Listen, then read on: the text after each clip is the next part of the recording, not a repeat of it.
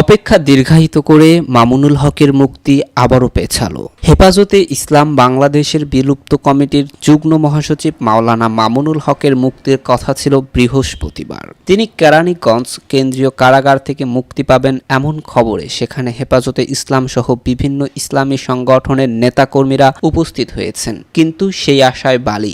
গতকাল হলো না মামুনুল হকের মুক্তি। বৃহস্পতিবার রাত 10:30টায় কাশিমপুর হাই সিকিউরিটি কেন্দ্রীয় কারাগারে senior jail super Subrata Kumar Bala জানান, আজ মামুনুল হককে মুক্তি দেওয়া সম্ভব হবে না। তার জামিনের কাগজপত্র যাচাই বাছাই চলছে। এর আগে গত 11ই মার্চ মামুনুল হকের মুক্তির বিষয়ে আলোচনা করতে স্বরাষ্ট্রমন্ত্রী আসাদুজ্জামান খান কামালের সঙ্গে বৈঠক করেন হেফাজত নেতারা। ধর্মমন্ত্রী ফরিদুল হক খান সহ সরকারের উচ্চপদস্থ কর্মকর্তারা বৈঠকে অংশ নেন। বৈঠক শেষে গণমাধ্যমকে দেওয়া এক সাক্ষাৎকারে সংগঠনটির মহাসচিব মাওলানা সাজেদুর রহমান দাবি করেন, মামুনুল হকের মুক্তির বিষয়ে সহযোগিতা আশ্বাস দিয়েছে স্বরাষ্ট্রমন্ত্রী। এদিকে গত 24শে এপ্রিল 3 মামলায় জামিন পান মামুনুল হক। এই বিষয়ে মামুনুল হকের আইনজীবী আব্দুস সালাম হিমেল বলেন, 2013 সালের মতিঝিল থানায় 1 মামলায় ও 2001 সালের পল্টন থানায় 2 মামলায় জামিন পেয়েছেন মামুনুল হক। তার বিরুদ্ধে ঢাকায় ও ঢাকার বাইরে